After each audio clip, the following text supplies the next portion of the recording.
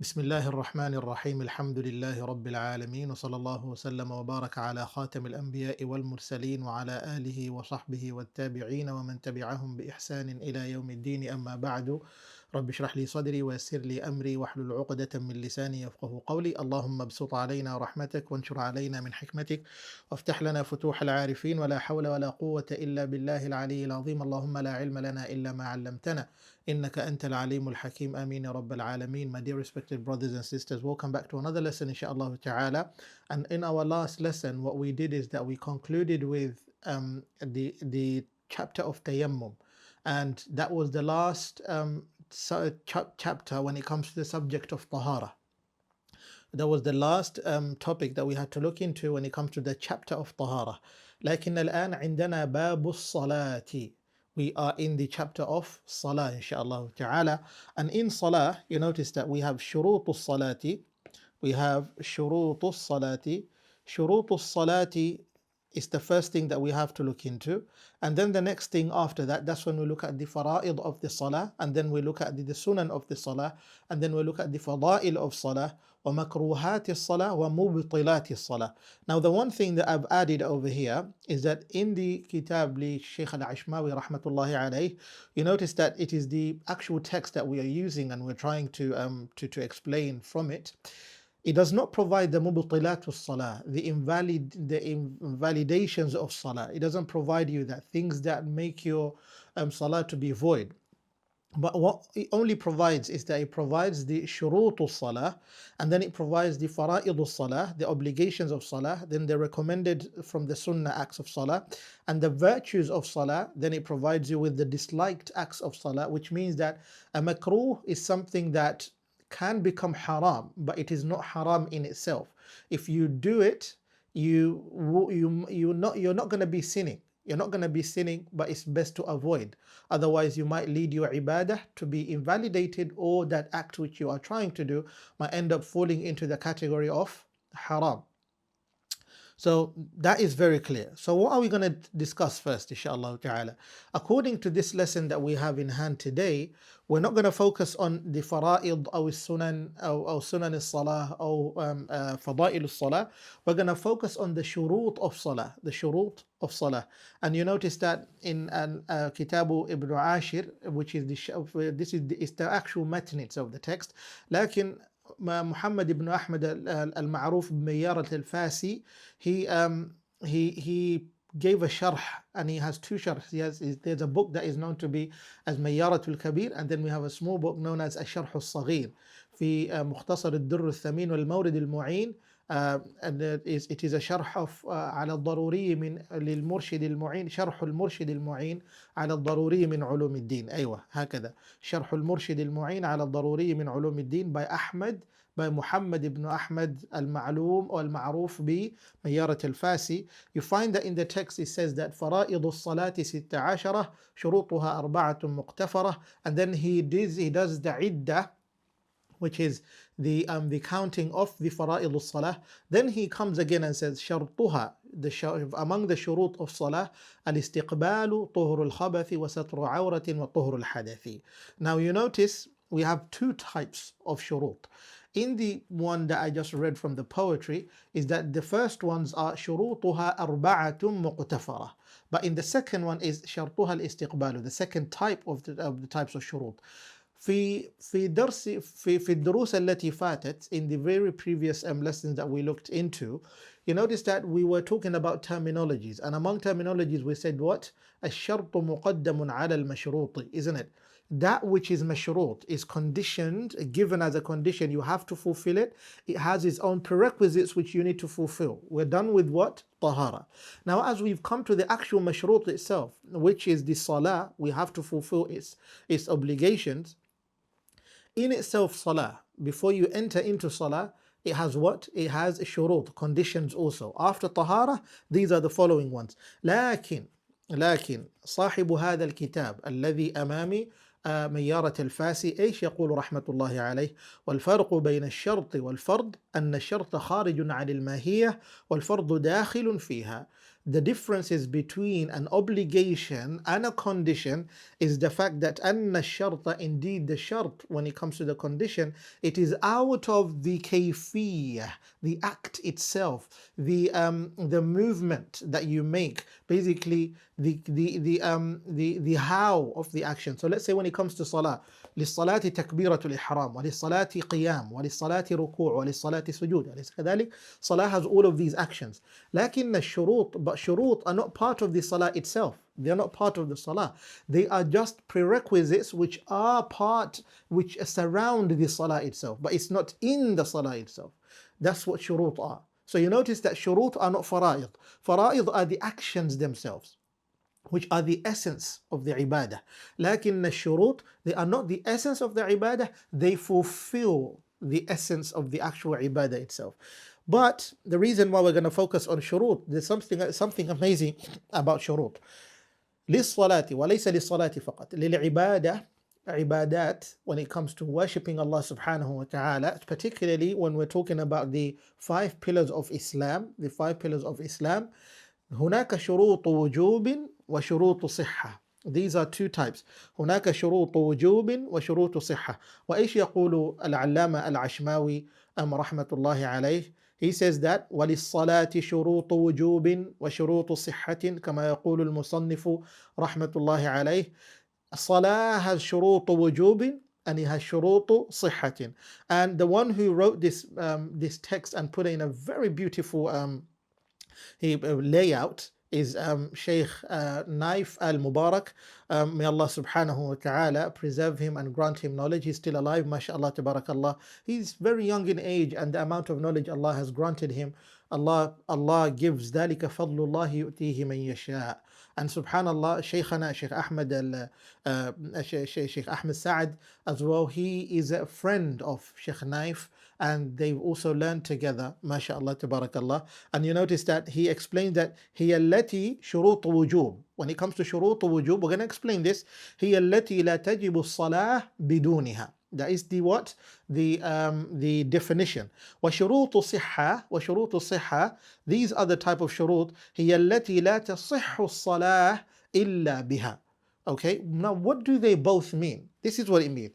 وَلِلصَّلَاةِ شُرُوطُ وُجُوبٍ. Now for the salah, it has شُرُوطُ وُجُوب. It has conditions of obligation. أيوة. And then we have شُرُوطُ صِحَّة, conditions of validation. You need to know the differences between these two. Salah does not only have one type of condition, it has 2 types of condition. But what about zakah? What about hajj? What about sawm? What about all of these? Do they have conditions of validation and conditions of obligation? Of course they do. If you look at this lovely text over here, this book which is the Sharh of Ibn Ashir, you notice that after this, what do we have? We have zakah, isn't it? And zakah, you notice that he explains literally very clearly, وَلِلزَّكَاةِ شُرُوطُ وُجُوب وَشُرُوطُ صِحَّة. Basically, شُرُوطُ أَدَاء. Zakah has its conditions of obligations, and it has its conditions of what? Of validation. When is it valid? When would it be accepted and noted to be sahih? And sihha, it would be time for one to act upon them. You notice that some of these conditions they share, but some they don't. You come to siyam, siyam has the same thing. Now before we go to hajj over here, you notice that siyam has its own shurut as well. Yes. And among the shurut of siyam, you notice that we have what? Shurutu wujub and shurutu as-sihha. We have shurutu wujub and shurutu as-sihha as well. Notice. And each one of these, I explained which they share together and some that they don't share. And when you come to the Kitab al-Hajj as well, you notice that it has shurutu wujub, conditions of obligation, and at the same time it has what? Conditions of validation. Allahul Musta'an. It's among the amazing the blessings of learning the religion, so that you can be able to know exactly when do you apply this and when you don't. Now, the common one that they share together, which even in this book is explained in the small text, well, the text of Al-Ashmawi Al-Rifa'i rahmatullahi alayh, he says that فَأَمَّا شُرُوطُ وُجُوبِهَا فَخَمْسَةٌ. When it comes to the conditions of obligation for Salah, they are what? They are 5. What if we look into Ibn Ashir's explanation of the one that is given by Miyara? What do we find? فشروط وجوبها 5 كما يقول ميارة الفاسي رحمة الله عليه. And the conditions of obligation كذلك يقول ماذا? They are 5. Number 1, al-Islamu. Al-Islamu, and that is Islam. One has to be what? A Muslim. The one who has said La ilaha illallah Muhammadur Rasulullah, regardless of what the situation is. They have to do that.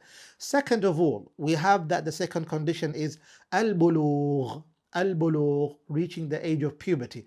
Now there is a discussion over here when it comes to bulugh. You notice that in over here al-bulugh, they don't provide you with the age of bulugh exactly. What do we mean by that? What is it meant by that? La la la la.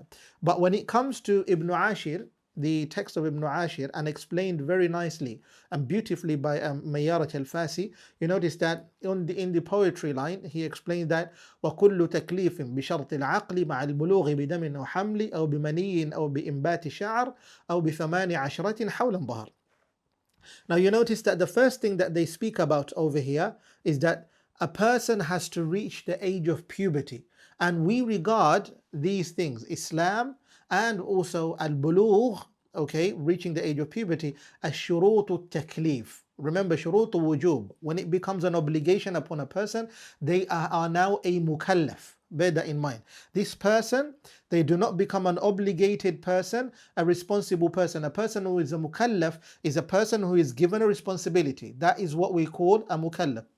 In the terms of fiqh, in the terminologies of fiqh, you notice that among them is that you have a person who is a mukallaf. And a mukallaf is a person who is given taklif, obligations to fulfill. And the first obligation is what? Al-Islam. Second of all, when it comes to salah, is al-bulugh. That's the second one, reaching the age of puberty. And when it comes to reaching the age of puberty, you notice that first of all, we have the following.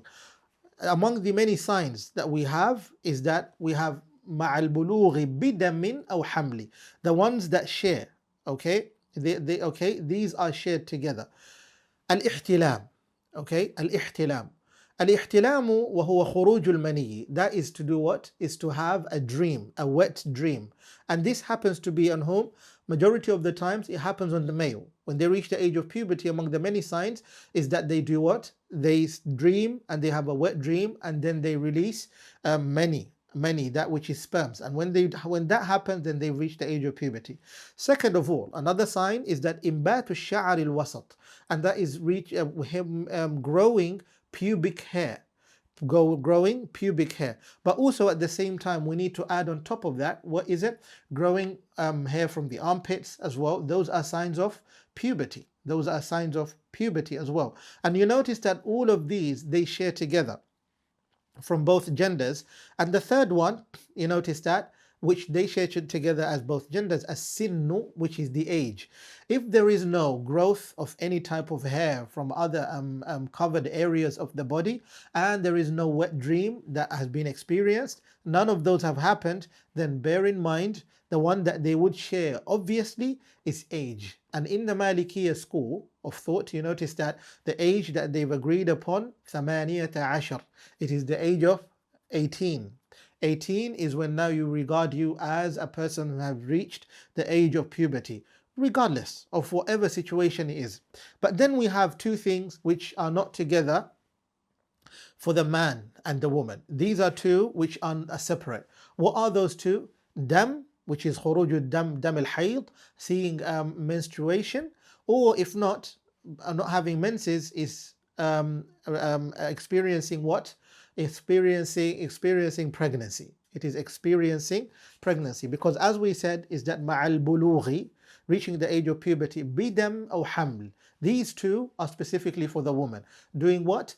Having menses or pregnancy. Like the three ones that they can share actually is many, which is khurujul mani, releasing of sperms, and that doesn't have to be sperms alone for a woman, as long as she experienced fluids out of pleasure, khalas, she has reached the age of puberty. And at the same time, al-ihtilam, and that can be dream, a wet dream, which is the same thing, or bi imbati sha'r, or it is growing of the pubic hair or maybe armpit hair, and then or reaching the age of 18. Now you notice that that's another thing that we have to look into among the shurut.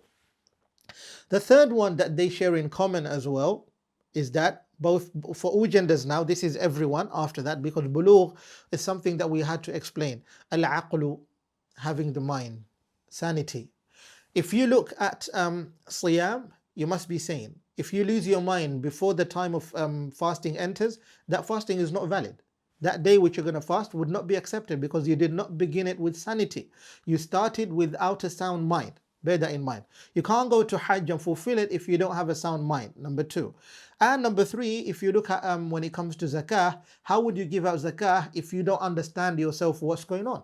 So you have to have a sound mind. This is the third one, which all of these ibadat, they share together with salah as well. Lakin, now this is where the difference comes in. Dukhulul waqt, the entrance of waqt. When time enters, that's when now we are obligated to pray. Bear that in mind. Lakin when it comes to zakah, حتى يحول عليه الحول. Zakah is not fulfilled until, all right, a year passes from that which you were saving. Hajj is not fulfilled until the times of Hajj come by, which is what? Dhul Hijjah, the month of Dhul Hijjah, Ashhur al-Hajj. When those months come by, that's when you go fulfill that تروح لأداء الحج. When it comes to Siyam, حتى يدخل حتى يثبت شهر رمضان, until Shahr Ramadan enters. You cannot really fast the month of Ramadan. Which you notice that all of these other now ibadat, they have their own time. But when it comes to Salah, we say dukhulul waqt, the entrance of time specifically. Now, do we have any explanation in terms of time when it comes to Al-Ashmawiyah? No, we don't. It's only provided in texts which are a little bit higher, inshallah ta'ala. And as I said earlier, is that these which we are learning can be the very basics, which literally we have to teach our own children, inshallah ta'ala, so that they can benefit and become better throughout their learning journey. And just remember, up to now, we are still in the what? Shurutu wujub. We're still in shurutu wujub, dukhulul waqt. And the last one that we have is bulughu da'watin nabiyyi sallallahu alayhi wasallam. That person that has to go to pray, the da'wah, the summoning of the Messenger sallallahu alaihi wasallam has to reach them. What people might find quite ironic is the fact that today we live in an age where technology is vast and accessible everywhere, right? But did you know that there are people on this earth where they are living, there is no access to technology and they don't have access to any type of information whatsoever, that they are stranded and they do not know exactly what's going on at the moment at all. We're not talking about those who do not know anything about social media, living in the West, living in Africa, living in as long as they have access to technology, living in the Middle East, it doesn't matter regardless. But there are people in villages which have no access to any type of internet. They don't have any access to any type of information, which is this type of information. So as long as the da'wah of the Messenger sallallahu alaihi wasallam has not reached them, we cannot hold them accountable and tell them that you are obligated to fulfill your salah. Hasha wa kalla.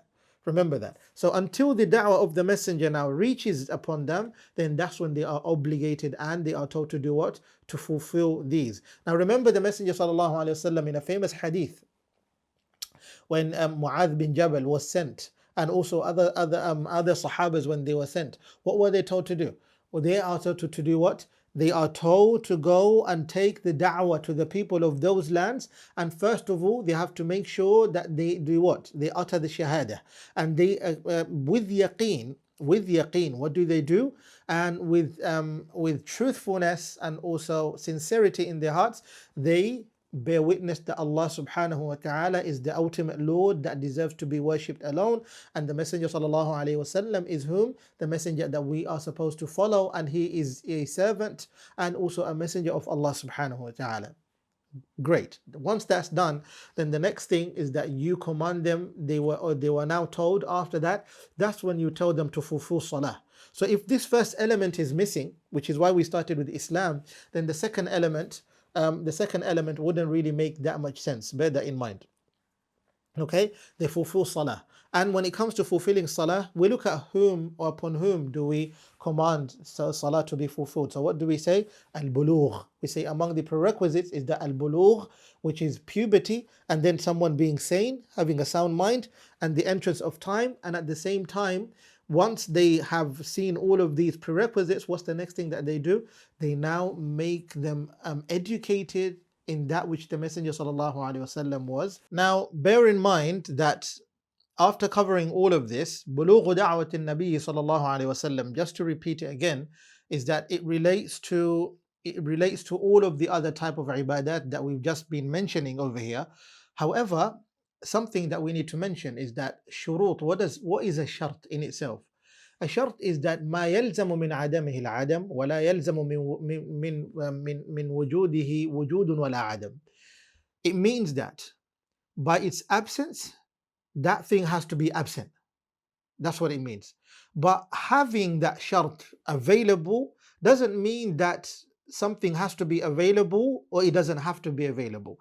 Now that is quite technical actually. What do I mean by this? ما يلزم من عدمه العدم.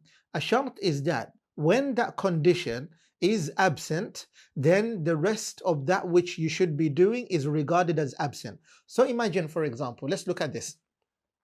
Salah time has not entered and you want to pray Salatul Dhuhr. So let's say where we are right now, Salatul Dhuhr enters at 11:50, right? But then you want to pray Salatul Dhuhr at 11:30. Is Salatul Dhuhr ready to be prayed or not? No. And among the shurut of praying, what should you do? You have to have the interest of time. So when you know exactly that time has to enter for me to pray, and you know that right now it's not dhuhr yet, it means that بِعَدَمِ دُخُولِ الْوَقْتِ عُدِمَتِ الصَّلَاةِ. By the absence of entering the time itself, then the salah itself is regarded as absent. It is not here.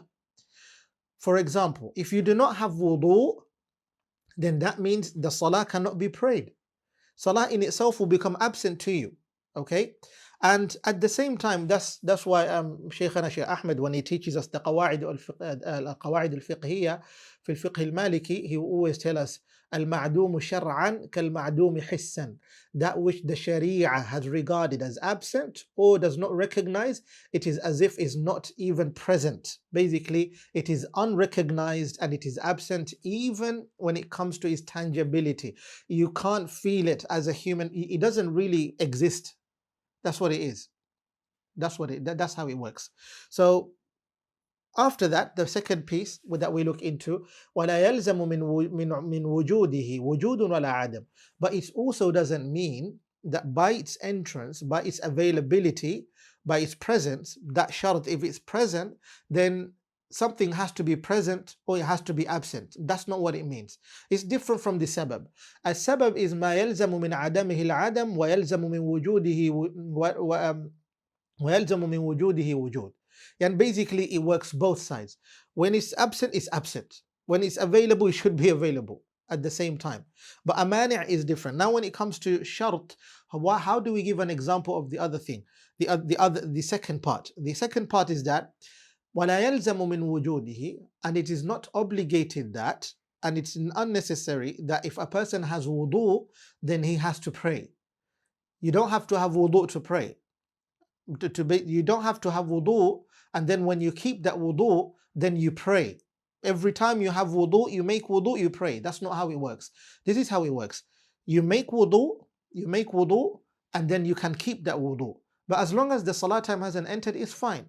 But when salah time enters, you are obligated to now check, do I have wudu or not? If you don't have wudu, then khalas, you have to go do wudu. But if you do have wudu, then you carry on with your salah. I hope that's very clear, inshallah ta'ala.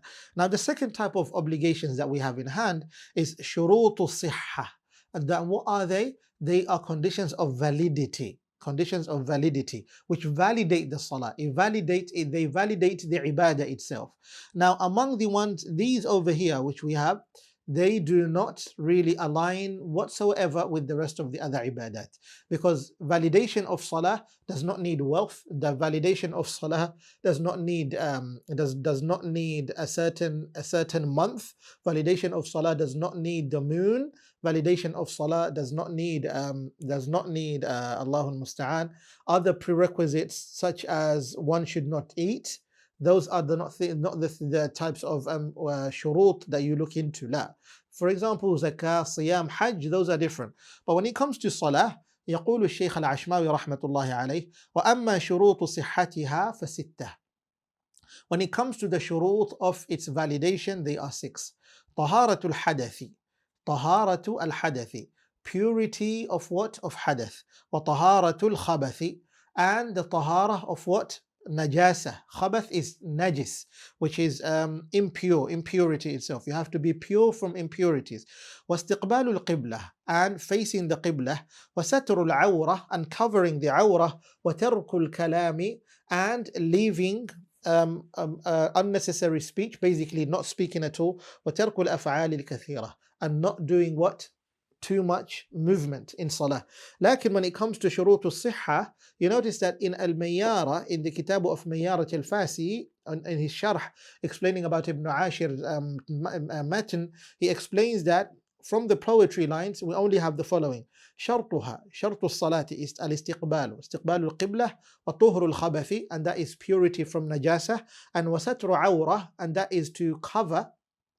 Satul awra, it is to cover, and watuhurul hadathi, and purity, for example, from a hadath. And a hadath which is meant over here can be either a major hadath or it can be a minor hadath. A major hadath is that which requires a ritual bath, and a minor hadath is that which requires what? Wudu. That which requires wudu. But there's something which we didn't mention. We said that there's a definition for shurut al-wujub and there's a definition for shurut al-sihha. Sheikh Naif al-Mubarak, may Allah subhanahu wa ta'ala hafidhahullah, may Allah preserve him for us, he explains that هي التي لا تجب الصلاة بدونها, is that which salah, it is not obligated without them. Basically, salah cannot be your salah is not obligated if these are not found. You're not obligated to pray if you don't have these. Okay, that is shurut wujub. Shurut wujubs are conditions of what? Let's say it again. Conditions of obligation. All right, they make salah to become obligatory if they are available. All of these 5, which means we say here التي لا تجب الصلاة. Salah is not obligatory بدونها, without them. أما شروط الصحة, when it comes to conditions of validity, هي التي لا تصح الصلاة إلا بها. Salah does not become valid without them. Now notice this. On one hand is that salah is not an obligation if you don't fulfill these prerequisites. On the other hand is that your salah would not be valid and considered valid if you do not have what? If you do not fulfill these prerequisites. And among them is that if you are not you have not removed the hadath, lifted the hadath, either minor hadath or major hadath, and as we explained. And another one is taharatul khabath, and purification from najasa, istiqbalul qiblah, satrul awrah, tarkul kalam wa tarkul af'al al-kathira. Lakin over here, as we said, we only have 1, 2, 3 and 4 of what we've mentioned, but not 5 and 6. We do not have 5 and 6. That is the beauty of going through both texts. But then there is something that we need to look into. Among the many things that we've looked into is that we've looked into taharatul hadathi. We've looked into cleanliness as from minor and major hadath. Minor hadath, we said that you purify oneself from what? From minor hadath by wudu, and you lift the hadath, a major one, from ritual bath. Lakin taharatul khabath, we have mentioned things which are what? Regarded as najasa, but we haven't mentioned when it comes to salah, in what and what should one make sure that they purify themselves from. Aywa. This is what we do now. Aywa. Look at this. Over here, you notice that and Sheikh Naif al-Mubarak, he explained that, حفظه الله, المقصود بها إزالة النجاسة the intended of what Shaykh al-Ashmawi al-Rifa'i rahmatullahi alayh, what he provided, it's meant that al-maqsudu biha is intended that it is izalatun najasa, it is to remove the najasa an badanil musalli, from the body of the praying person, wa mahmulihi, and that which he is carrying.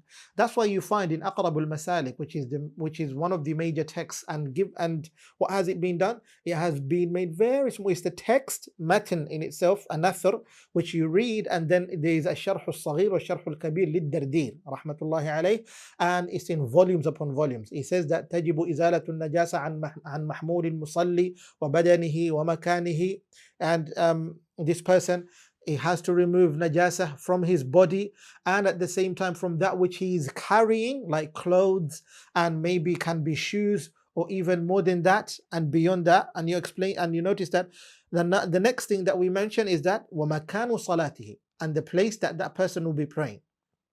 So the first one is badanul musalli, the body of the musalli. And the second one is mahmulul musalli. What is it? That which the praying person carries from your clothes. If a woman is scarf, can be your abaya, can be your gloves, can be your socks, everything that you're wearing. And even for a man, which we mentioned, can be your qamis, can be your trouser, your shirt, anything that you're wearing that is within you, and your shoes at the same time.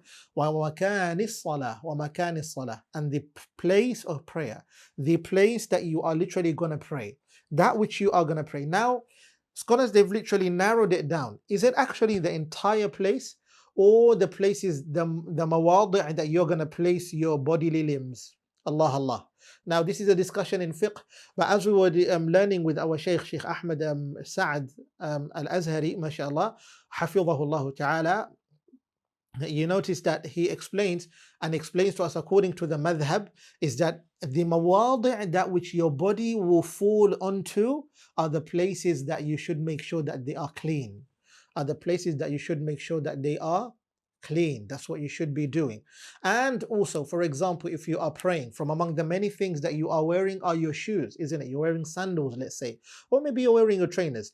While you were praying, you didn't realize that on your sole, on the sole of your shoes, تحت حذائك يعني هناك نجاسة, there is najasa. What do you do in this case? Do you literally just say, I'm not going to pray, and then go pray again and take your shoes off? La la la, this is what you do. As long as you haven't lifted your heels from the earth and you want to go for sujood, let's say, you take off your foot, you move your foot out slowly by making sure that the sole of your shoe is on the ground and it doesn't leave the ground. As long as it doesn't leave the ground, then you are fine. You can carry on with your salah, and the najasa is just there. And you move further a little bit so that you can carry on with your Salah, inshallah ta'ala. So you notice why we're just going to stay on shurut, because there's a lot of details. Now when it comes to istiqbalul qibla, and over here I'm trying to be as much generous as I could by becoming very concise in the explanation, because there's so many things that we need to cover, and we don't really want to make لا نريد أن نطيل في هذا الدرس. We don't really want to make this lesson quite lengthy and very long for the students, inshallah ta'ala. The next one that we have is istiqbalul qibla, and that is what? Number 3. Istiqbalul qibla, it is to face the direction of the qibla. Now, majority of the times we say that, for example, you're in a plane. What do you do in this case? Maybe you're traveling by car. What do you do in this case? Salah time has entered. How do you face the qibla? How about if you face the qibla and then you're in salah, and then by the time you're about to finish your salah, or you finished your salah, you realize that this is how the qibla was to be like. Let's say you face the wrong direction and it is a fard salah. It is a fard salah. What do you do? Now when you look at Shaykh al-Ashmawi al-Rifa'i rahmatullahi alayh, in his one, there is nothing explained at all. There is nothing explained in regards to that. لكن خلي نشوف في كتاب ميارة الفاسي, his شرح of Ibn Ashir. What does he explain? He says that استقبال القبلة أول شرط استقبال القبلة من شروط الصحة, وهو شرط ابتداء ودواما مع الذكر والقدرة. لكن he explains that it is a condition at the very beginning, and one has to do it by what? Ability, مع الذكر and القدرة. لكن عندما كنا ندرس مع شيخ أحمد Hafidhahullah, may Allah preserve him for us. Shaykh Ahmed explained to us that the mashhur of the madhab, and according to Aqrabul Masalik, if you read that as well, which is one of the biggest texts I've explained, which is widely explained in volumes, he said that the mashhur of the madhab is that ma'al amni wal qudra, with security and ability. Not just remembrance, not ma'al dhikri, by knowing basically and remembering that this is how the qibla is. It is by security. You need security and you need ability. These two things, they are the ones that fulfill the shart of istiqbalul qibla, facing the qibla. Is not with dhikri wal qudra. It's ma'al amni wal qudra. Okay, but then he explains something really beautiful. فَمَنْ صَلَّى لِغَيْرِ الْقِبْلَةِ عَامِدًا قَادِرًا عَلَى إِسْتِقْبَالِهَا فَصَلَاتُهُ بَاطِلَةٌ. Then if a person would pray without facing the qibla deliberately, عَامِدًا, قَادِرًا, it's not just deliberation. قَادِرًا, this person is not ajiz, is not a person that doesn't have the ability, incapable. No, this person is capable. All right, this person is capable. فَصَلَاتُهُ بَاطِلَةٌ. This person's salah is regarded as batil. This person's salah is batil. لإخلاله بشرط من شروط الصلاة اختيارا. Because of his khalal that he has done, he has defected the salah itself by not facing the qibla, and facing the qibla, it is among the shurut الصحة. We said that we have two types of shurut, شروط وجوب and شروط الصحة. اعلم ذلك ولا تنسى, and don't forget. Okay, ومن صلى لغيرها ناسيا أعاد في الوقت استحبابا. لكن it's not استحبابا على حسب مشهور المذهب. الإعادة أبدا تكون الإعادة أبدا. If a person he prays his salah ناسيا, he forgot, بغير ذكر, all right, he didn't remember how the qibla was. Basically he didn't have any idea as well, but he found out while in the salah itself. أعاد في الوقت, that person repeats in the time استحبابا according to the text. لكن المشهور, that which is the popular opinion of the madhab, and it is the widely accepted one by according to the Malikiya scholars, all of them, is that you repeat your salah regardless, because you remember you're praying a fard, you're praying a fard, inshallah ta'ala. ولكن وإن صلى لغيرها عاجزا لمرض ونحوه فلا إعادة عليه. If a person would pray عاجزا, basically عاجزا, this person is a amid, this person did it deliberately.